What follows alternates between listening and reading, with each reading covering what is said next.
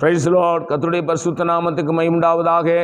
செவ்வாய்க்கிழமை காலையிலே உங்களை சந்திப்பதில் மிகுந்த சந்தோஷம்.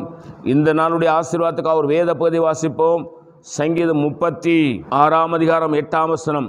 உமது ஆலயத்தில் உள்ள சம்பூரணத்தினால் திருப்தி அடைவார்கள், உமது பேரின்ப நதியினால் அவர்கள் தாகத்தை தீர்க்கிறீர்.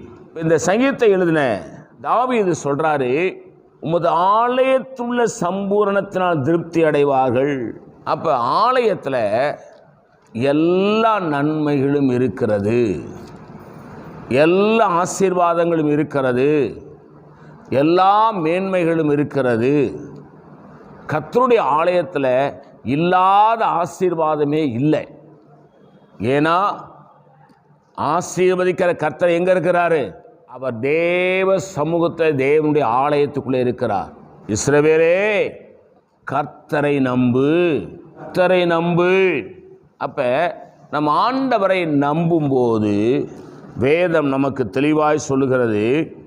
இப்போ நீங்கள் உமது ஆலயத்துள்ள அதிகமாக அவருடைய ஆலயத்தை தேடி போகணும், அவருடைய சபையை தேடி போகணும், கர்த்தருடைய சமூகத்தில் போய் உட்கார்ந்து ஜெபிக்கணும்.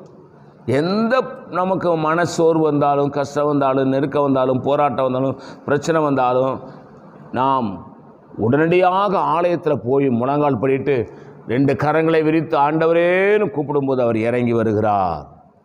அதனால தான் வேதம் சொல்லும், ஆலயத்தில் சம்பூர்ணத்தினால் திருப்தி அடைவார்கள், உமது பேரின்ப நதியினால்.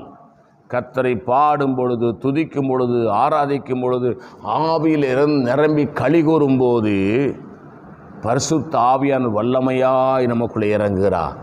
பேரின்ப நதி என்பது பரிசுத்த ஆவியானவர். அந்த பரிசுத்த ஆவி அளவில்லாமல் நமக்குள்ளே இறங்கும்போது ஒரு மிகுந்த சமாதானம், ஒரு மிகுந்த விடுதலை, ஒரு மிகுந்த ஆசீர்வாதம் உண்டாகும்.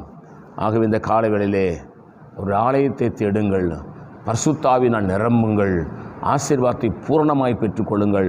நான் உங்களுக்கு ஜெபிக்கிறேன். பரிசுத்த பிதாவே, நீ எங்களோடு பேசுகிற நல்ல வார்த்தைகளுக்காக ஸ்தோத்திரம். இந்த வார்த்தையின்படி ஆசீர்வதி இயேசு நாமத்தில் வேண்டிக் கொள்கிறோம் பிதாவே, ஆமேன். God bless you. கர்த்தர் உங்களை ஆசீர்வதிப்பாராக.